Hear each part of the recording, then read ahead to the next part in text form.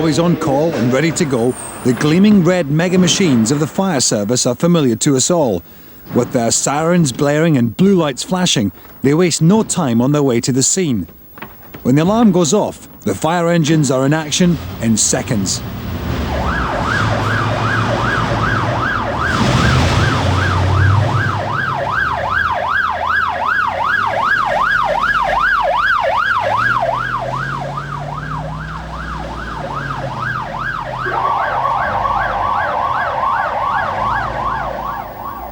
Firefighters must always be on red alert, and they must test their equipment regularly. Practice is really important, and here at Leicester, fire drill plays a major part in normal day-to-day duties between real emergencies.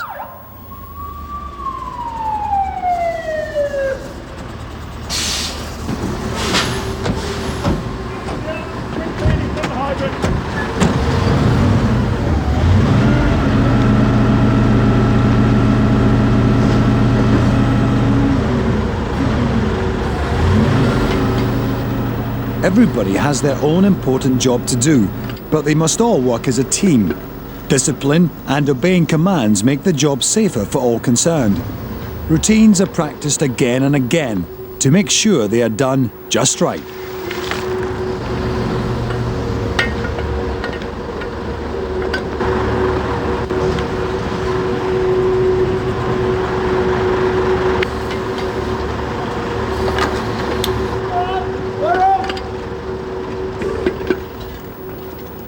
Much of the machinery used today is high-tech equipment. The modern fire brigade is always developing, and the firefighter must be trained to work with all the gear. Other people's lives depend on it.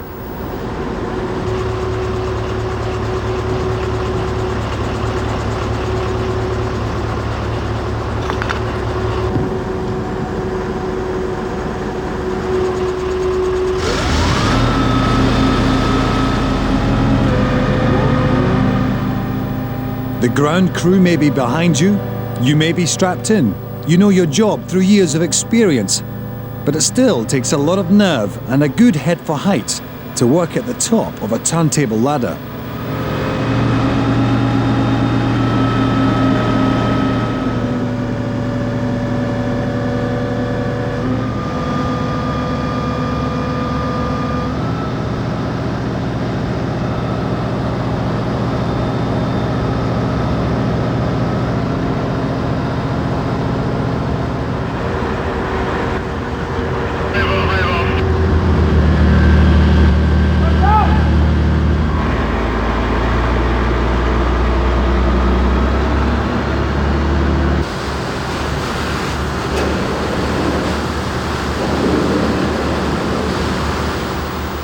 To be a firefighter today is to be part of a highly efficient and disciplined force, using some of the most modern and powerful equipment in the world.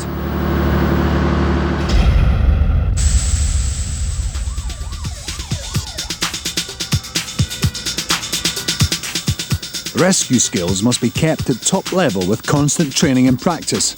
The Fire Service College here at Moreton and Marsh, Gloucestershire, trains over 6,000 students a year from brigades all over the world.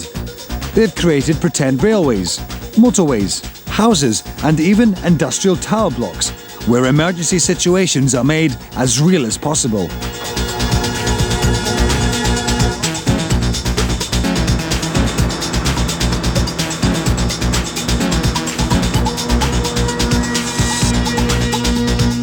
They have 32 tenders here, including many makes and designs of the most commonly used fire and rescue vehicle, the pump engine.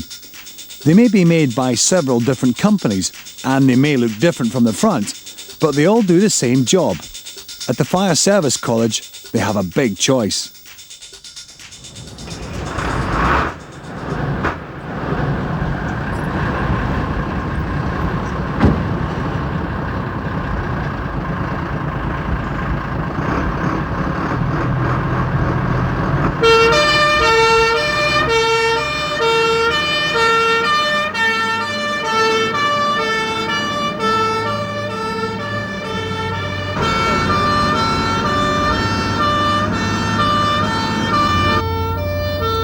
The pump engine is the workhorse of the service. It is the basic all-round vehicle and can be fitted out for specialist tasks. This appliance is most generally used as a water tender ladder rescue vehicle, but rather like a Swiss Army knife, when you open up the sides, there are tools for all incidents. They carry 3 types of ladder.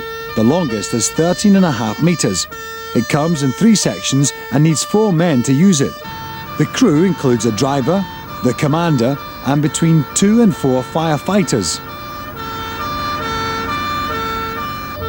This Leyland Carmichael 180 Turbo carries 1,800 litres of water and can go at 145 kilometres an hour. Every time the brigade is called out, the chances are you'll see one of the many makes of pump engine racing to the scene.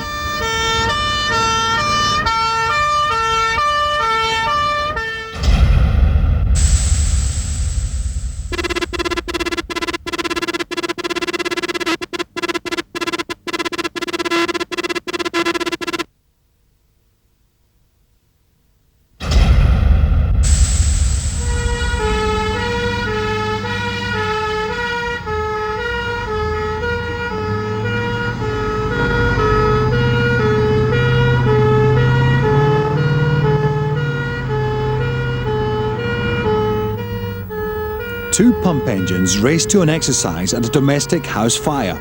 Even in practice, they have to respond as if it was the real thing.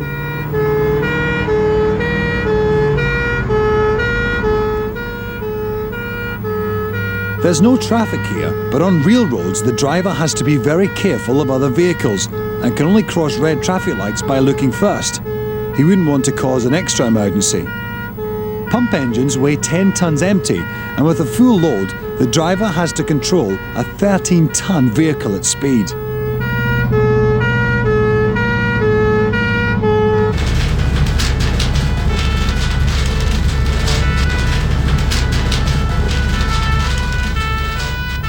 Moreton is the one place where in practice the flames are real. Everything is just as it would be in a 999 call. It's got to be the best way of preparing for a real emergency. Here, the commander is the man in the white helmet. Bill, get your crew ladder off, see to that casualty up there. We'll get some BA men in. Right, okay. Okay. Right, you'll come back, Jerry.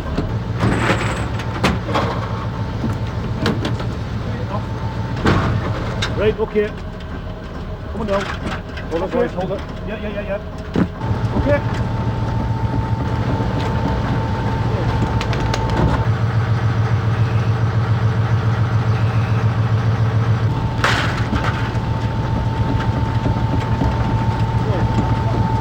Extend.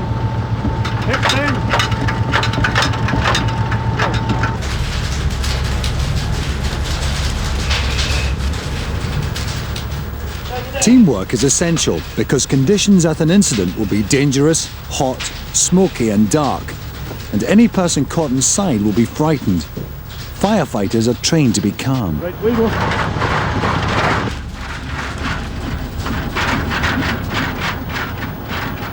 Fires can start on the ground floor and sometimes people can be trapped upstairs. So while the flames are being fought, the rescuers must get up there as fast as they can.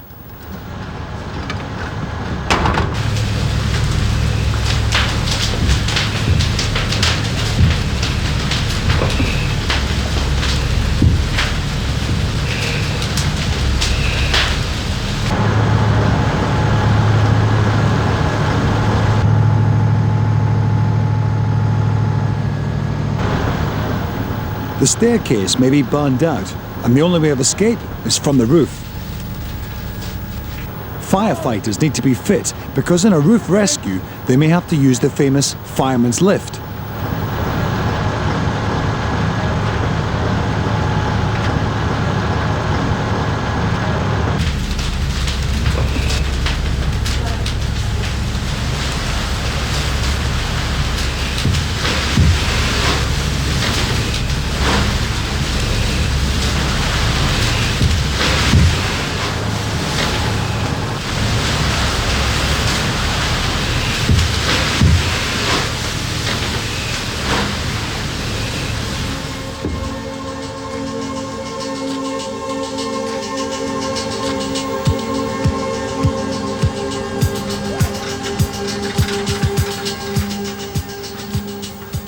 Before leaving, the brigade must make sure the fire is completely damped down so that one burning ember doesn't spark the blaze again. All the gear must be put back in exactly the right place, ready for the next emergency. Only when all the final checks have been made and the ladders secured can the pump engine prepare to leave the scene.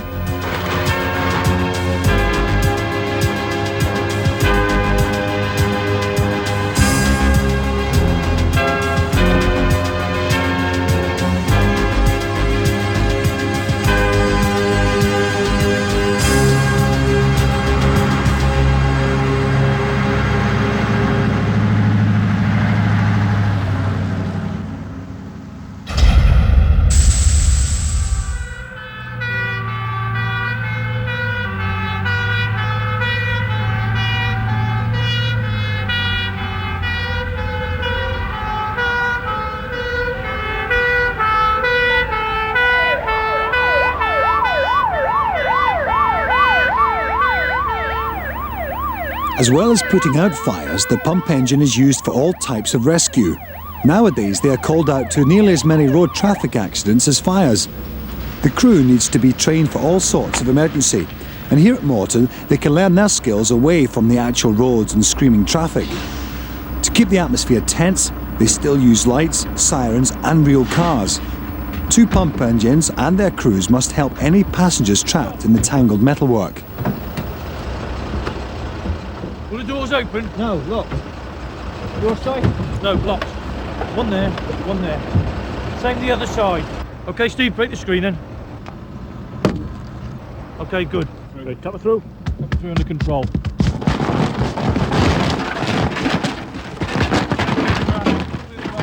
Frame as well.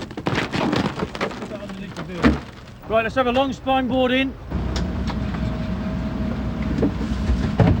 Right, when he comes back, just support him, put the spine board across here, and then we can put Graham onto it. Just support this end. Graham, shove your helmet in. Let's get you in around our casualty as soon as we can. Okay, get your head down. Slide him in. Alright. The casualties may be dummies, but the firefighters treat them just as they would a real person. Okay, ease him back up into an eyes forward position. Let's have the windows down, take the front screen out. Steve.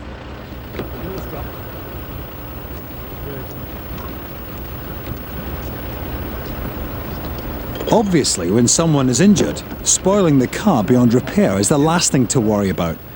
It's the person who matters. In a case like this, when the driver is trapped, the fire brigade often decide the best way to free him or her is to remove the roof. To use the cutters without splintering more glass, they need to take the windscreen out. And to shield their eyes, they all have to wear protective goggles. Okay, lift it clear, put it underneath the car out the way. Yeah. Same with the rubber seal.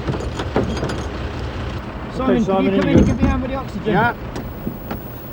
Now, with better access to the casualty, the team can give first aid. Put that around our casualty.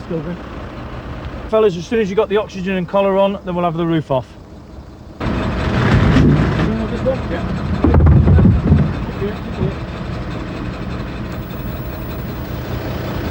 have the spreaders next. Yeah. Spreaders as well, and large Jenny. These hydraulic pincers can cut through metal like a can opener, and they are powered by a portable generator, another vital piece of equipment carried on the RTA tenders. We'll get the casualty shield in. Right, shield in. Okay, Steve. Cut low on the pillar. Okay, when we've done this pillar, work your way anti-clockwise round the car and end up with the last 2 cuts close to the casualty. Next comes the roof. The rescuers must obviously try to be as quick as possible, but they mustn't rush and cut corners. Okay. Low on the B pillar. The power's there, that's the main thing.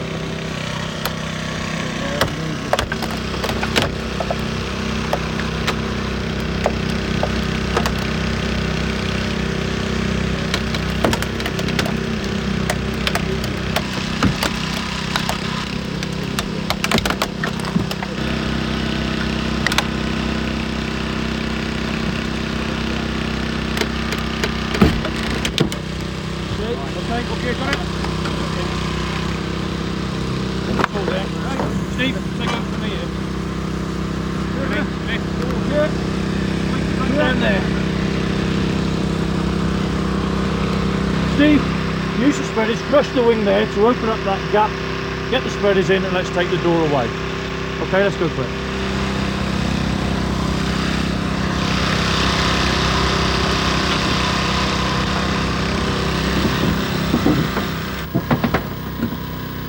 Pinching the front wing like this makes it easier to get at the door hinges.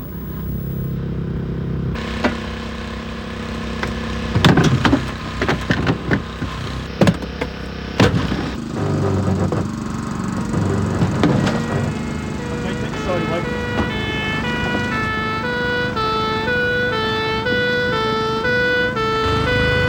Okay, Steve. That's good. Keep it going.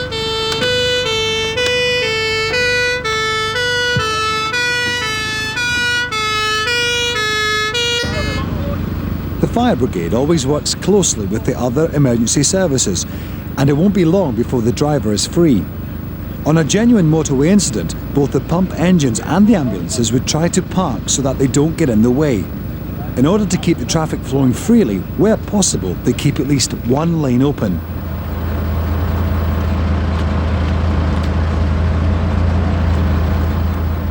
Once again, the pump engine has proved its value as one of the most important vehicles in the emergency services.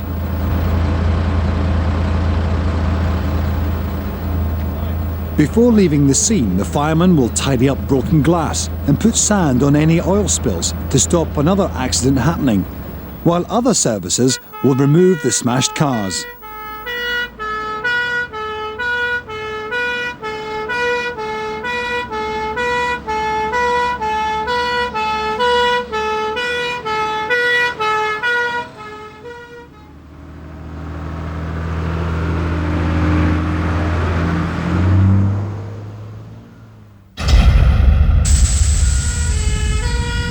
Here's another very necessary machine for the rescue brigade's fleet.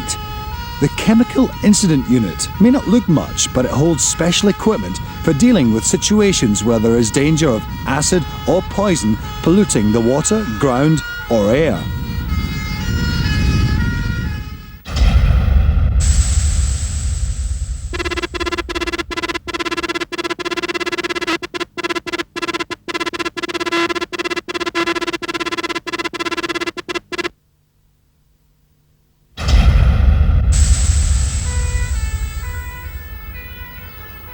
As ever, the pump engine is on hand to provide power and water. Here at the college, they have old chemical rail tankers to rehearse incidents. The fire service often has to gain access to other transport systems.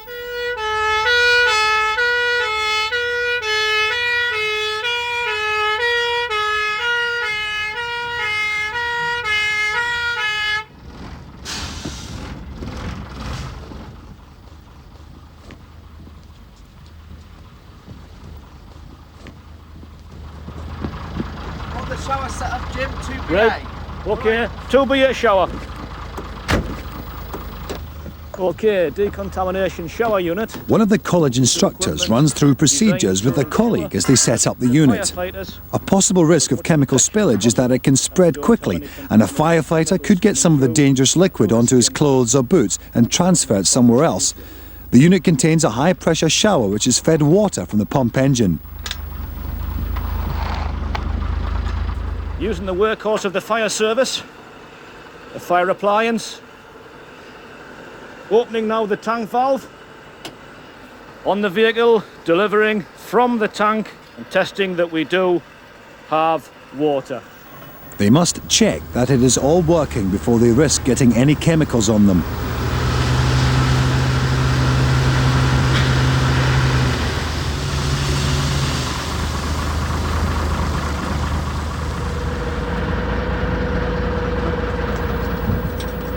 The team must wear full protective clothing and be safe from both liquids or any poisonous gases that may be leaking. These suits aren't easy to get into, and to make sure they are fully sealed in, the firefighters help each other dress. Oxygen masks are standard, as the suits are airtight. The end result is just like a spacesuit.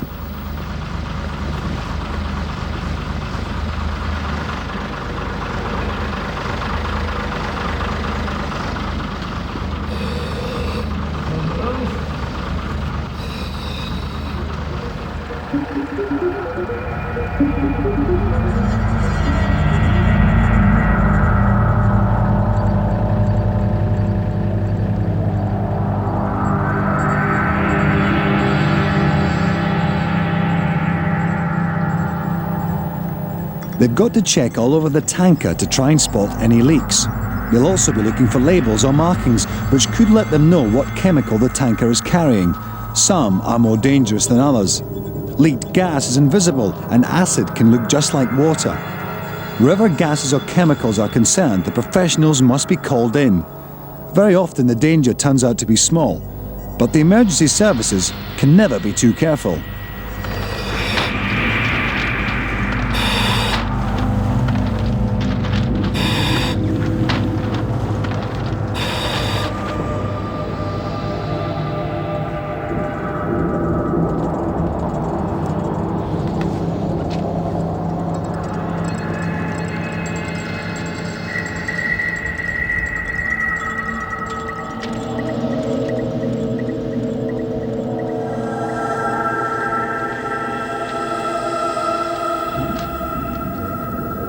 At the end of every exercise, the crew must be washed down, so just to be safe, the pressure shower is always used.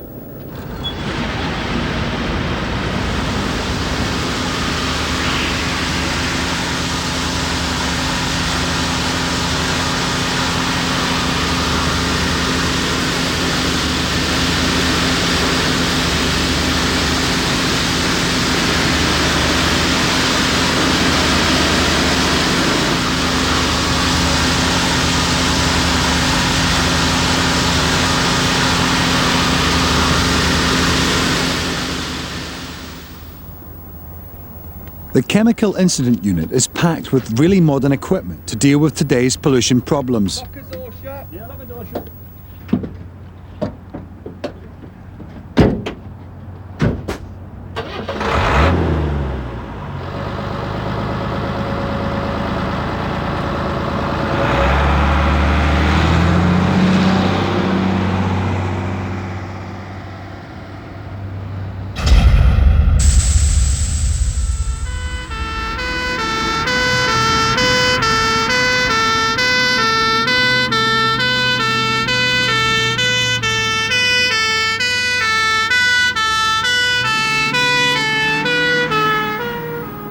The bigger fire engines are known as specials and will be called to incidents where the pump engines can't do it alone. Several companies which convert vehicles make specials as well as pump engines. Carmichael is one of the best known. All these mega machines are based on an ordinary lorry with the cabins and lockers specially designed. The turntable ladder is hydraulically powered and when parked can turn 360 degrees and extend to over 30 meters. The reason ladders were made longer and longer is because buildings became higher and higher.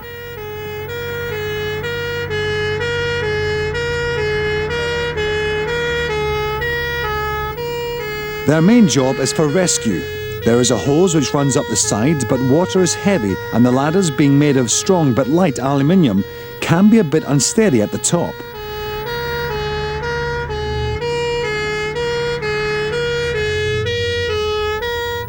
Normally, a turntable ladder would have a three-man crew, with a commander, base operator, and the one on the end of the ladder.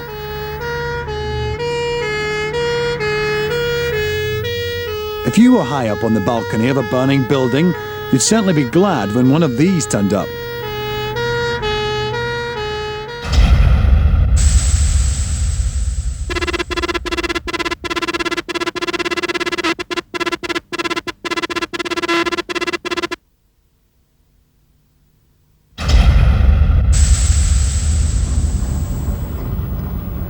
Another type of special is the hydraulic platform. Here, a Simon Snorkel SS220 is mounted on a Saxon Dodge G16 body. It can only carry 3 in its basket, so it would take rather a long time to rescue a lot of people. But unlike the turntable ladder, it is fully stable for spraying water right at the end of its 22-metre reach.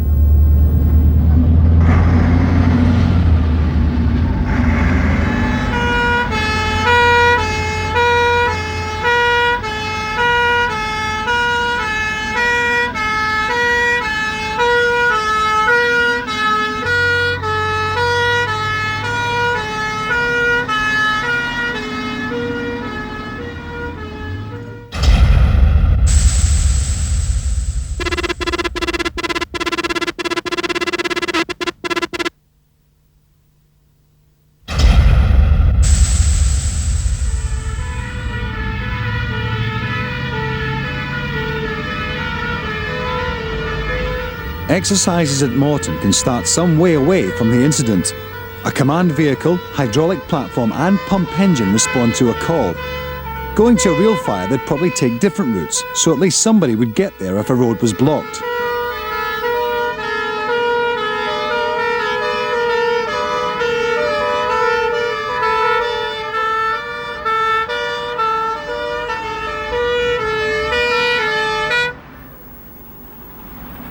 This drill needs the platform for an emergency at the industrial tower block.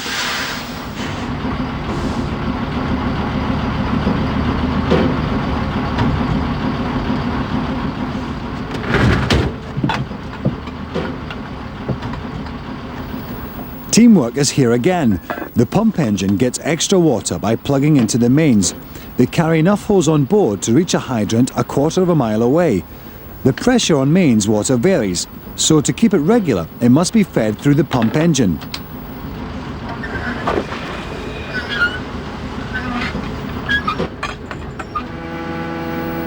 So that it is really stable at the top, the platform has special legs which pop out at the side. This makes the base wider and stops any chance of toppling over, even on very windy days.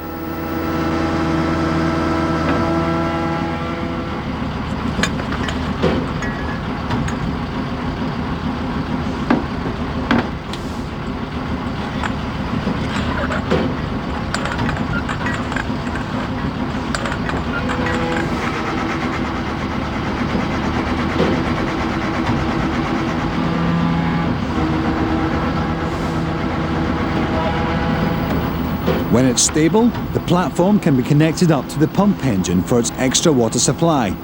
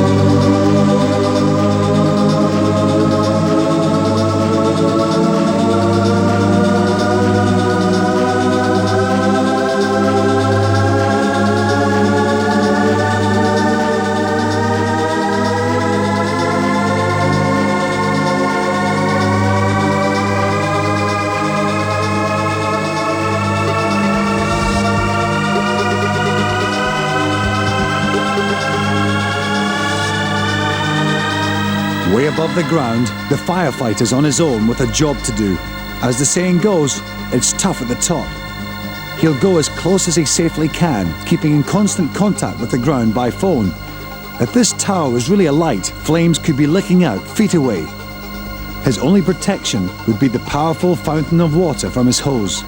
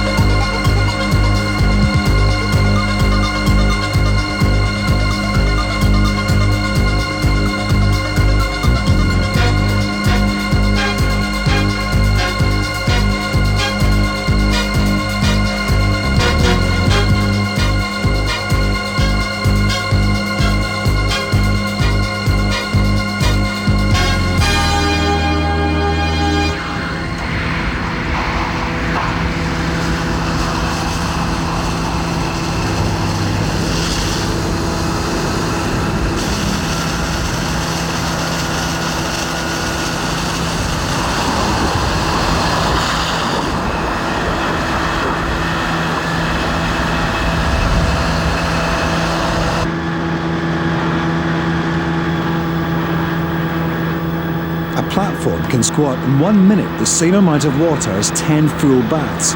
But this jet must be controlled because the power could damage the inside as much as the fire.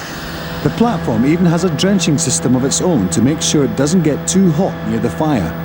Keeping cool is part of the job for men and machines.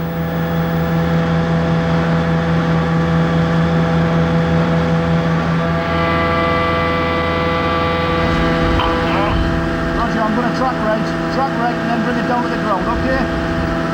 Roger.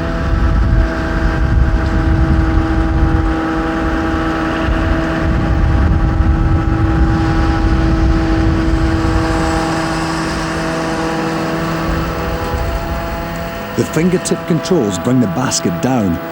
While the Simon Sorkel is one of the safest hydraulic platforms you can get, it's always a relief to be coming gently back down to earth.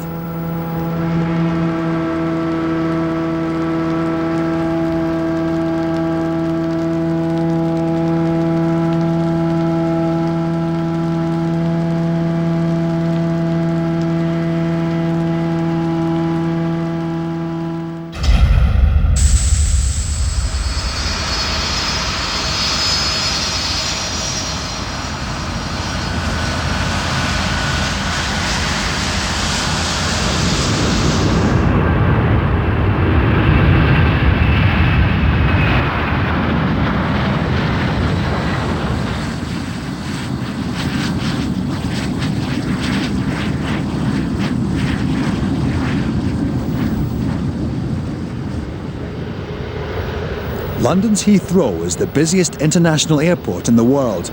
At peak times, a plane is either taking off or landing every 30 seconds. An airport has more material which can easily catch fire within its boundaries than almost anywhere.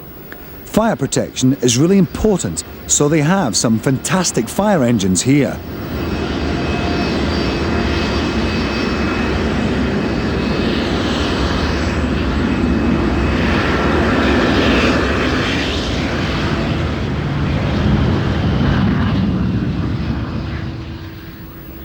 Heathrow has a new custom-built fire centre with its own control tower. Any incidents, big or small, which need the varied skills of the fire service are controlled from here.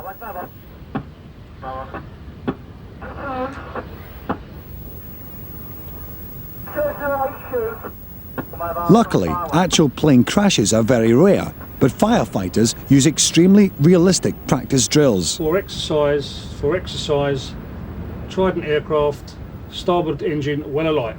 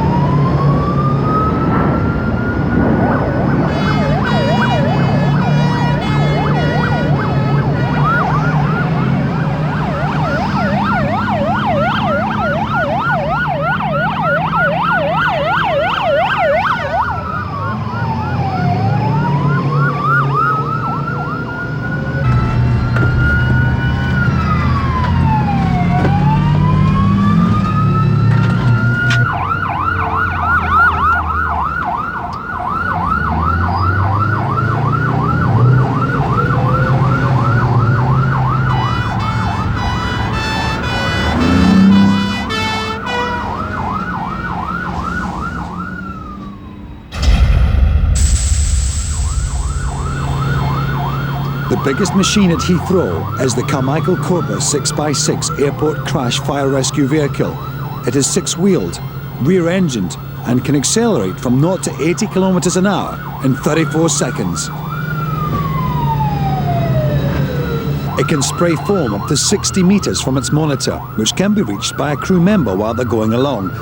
There are also 2 foam hand lines kept in the lockers on either side of the vehicle. The Siren is the more American-style warbler, and the whole machine would cost about £250,000.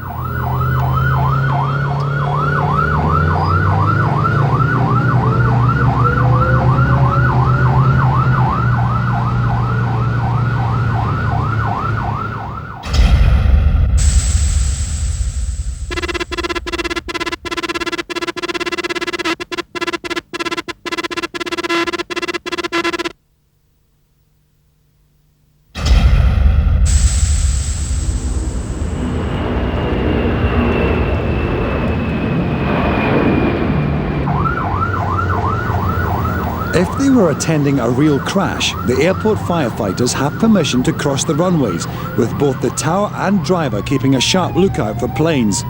Within the airport perimeter, the fire services must reach any incident in under 3 minutes.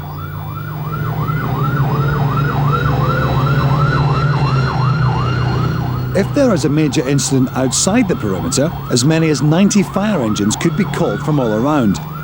Air crashes are always extremely dangerous because planes are full of fuel, and there needs a mega machine to tackle a fire like this.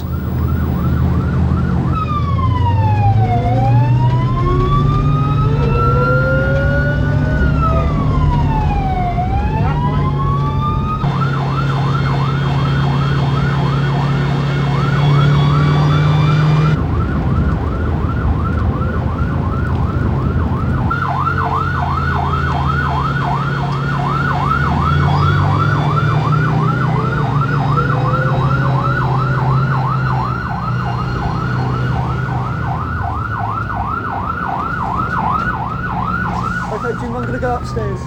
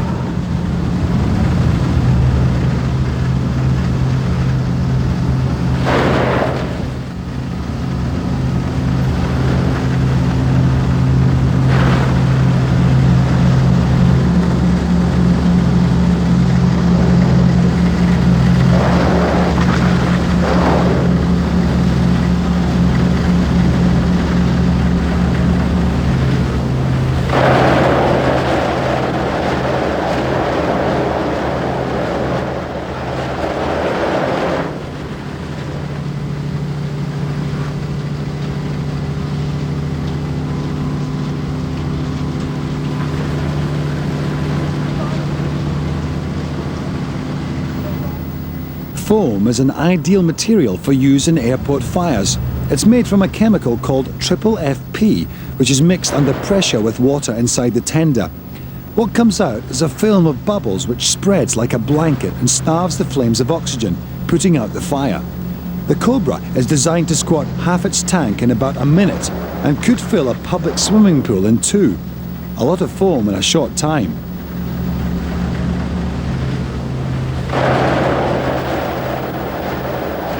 The steaming bodywork still needs the final flushes of foam to dampen the debris. When it's all over, the bubbles will drain harmlessly away.